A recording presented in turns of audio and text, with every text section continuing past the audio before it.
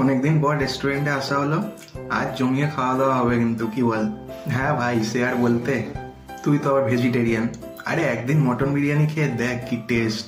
আরে তুই যেটা খাবি খা না, ভেজের মধ্যে কত ভ্যারাইটি আছে তুই জানিস?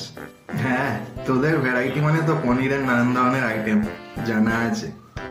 স্যার অর্ডারটা বলুন। হ্যাঁ, আমার জন্য একটা মটন বিরিয়ানি আর একটা কোল্ড ড্রিঙ্কস।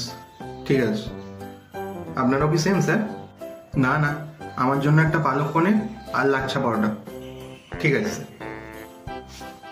এই তো খাবার এসে গেছে। তোরটাই আগে এলো তোরে। হ্যাঁ, নে তুই একটু ট্রাই কর। না না, তোর কম পড়ে যাবে, আমারটা এবার এসে যাবে। আরে একটু খা না, কম পড়বে না।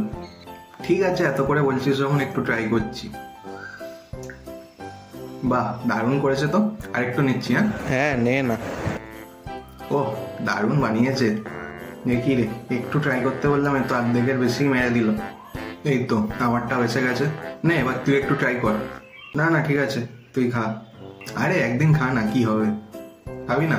ঠিক আছে, তাহলে আমিই খাচ্ছি। ওহ, দারুণ খাওয়া দাওয়া হলো কিন্তু আজকে, কি বল?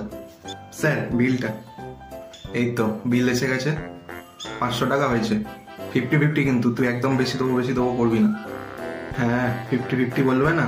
আমারটা 200 টাকা আর নিজেরটা 300 টাকা। এই রে, আমার কাছে 200 টাকাই আছে বুঝলি। তুই আমার 50 টাকা দিয়ে দে, আমি তোকে পরে দিয়ে দিচ্ছি। হ্যাঁ ঠিক আছে, আমি দিয়ে দিচ্ছি। খেতে পেলাম 200 টাকার অর্ডার দিয়ে 100 টাকার, আর বিল দিতে হচ্ছে 300 টাকা।